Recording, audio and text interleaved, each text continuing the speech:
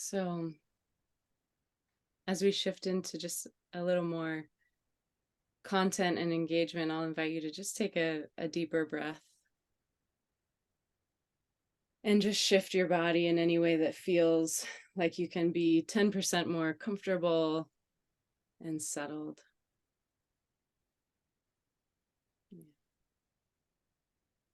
So again, our intention for this hour is to taste our aliveness. And I always like to qualify that by saying our aliveness doesn't mean that we're high energy.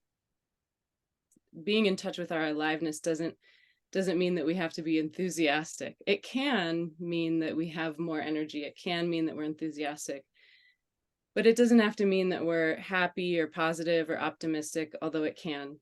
But tasting our aliveness is simply tasting what's real. And so we want to welcome and include whatever's real for each of you, wherever you're calling in from and however your day has unfolded and your life has unfolded up until this moment. Whatever's here in your body, mind, and heart, if it's grief, if it's dread, if it's joy, it's all flavors of aliveness.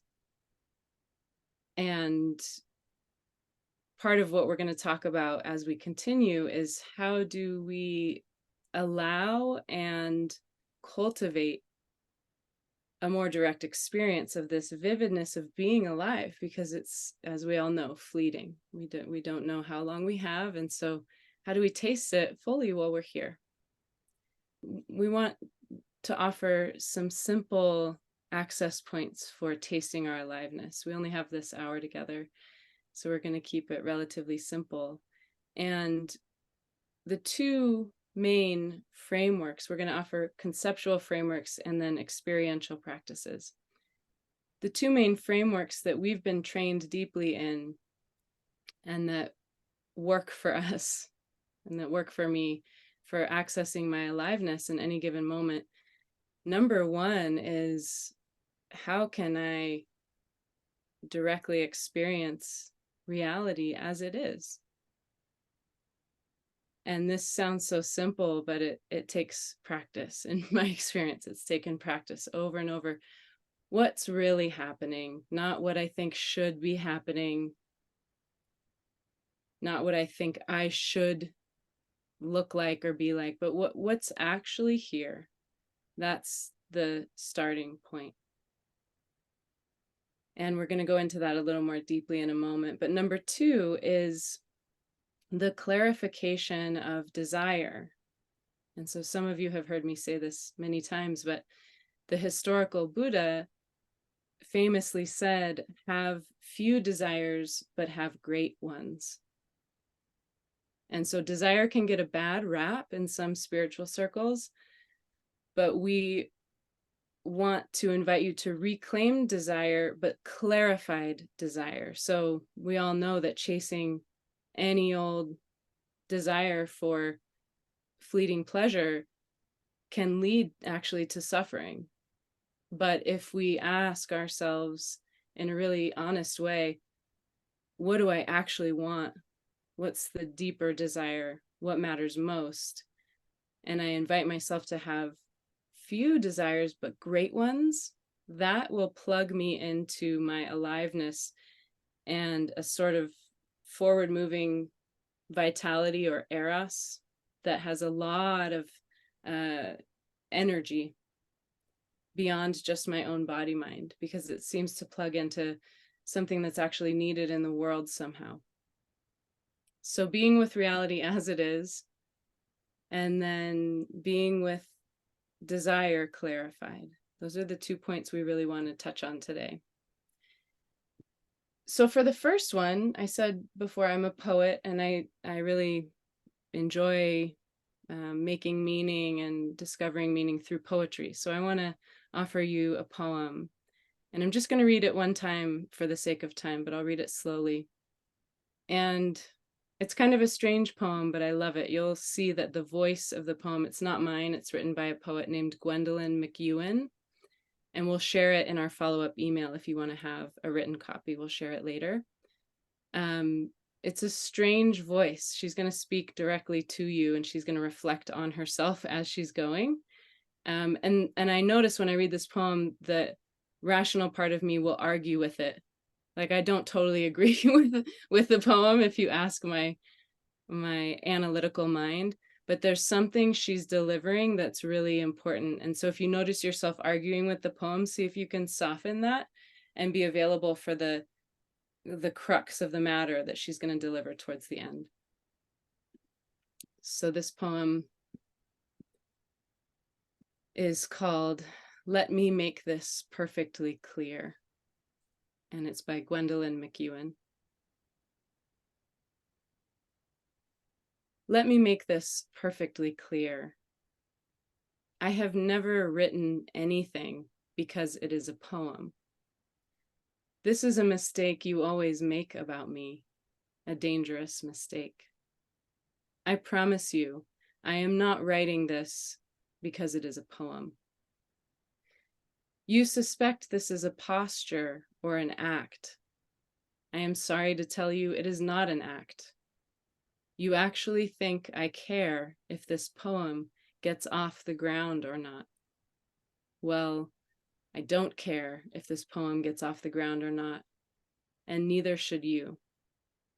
All I have ever cared about, and all you should ever care about, is what happens when you lift your eyes from this page. Do not think for 1 minute it is the poem that matters. It is not the poem that matters. You can shove the poem. What matters is what is out there in the large dark and in the long light, breathing.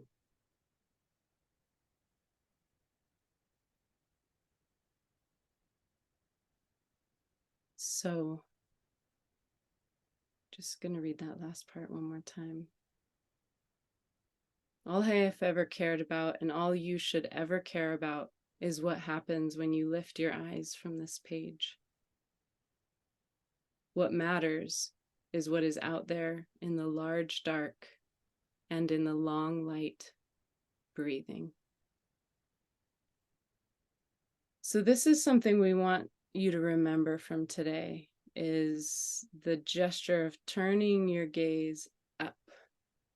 So turning your gaze up, perhaps from habitual patterns that deaden your aliveness, or conceptual, thought-based ways that you might condense what's actually happening. So we want to invite you right now to literally lift your gaze from the screen and open your sense gates. So bring your gaze around your room, around the environment. Open your ears for maybe the sound of your cat meowing outside or cars. Perhaps open your sense of smell to smells around you. And also your sense of interoception and proprioception. So the ways you feel your body, and see if you close your eyes, or maybe while your gaze is extended, can you sense sensations in your body right now? And just beginning to broaden and widen and bring sensitivity to what is happening in this moment. We're in this conversation on the screen, but there's also a lot more that you can begin to taste around you and within you. And I see some of you starting to move, and that might be just the right response to sensing more in this moment.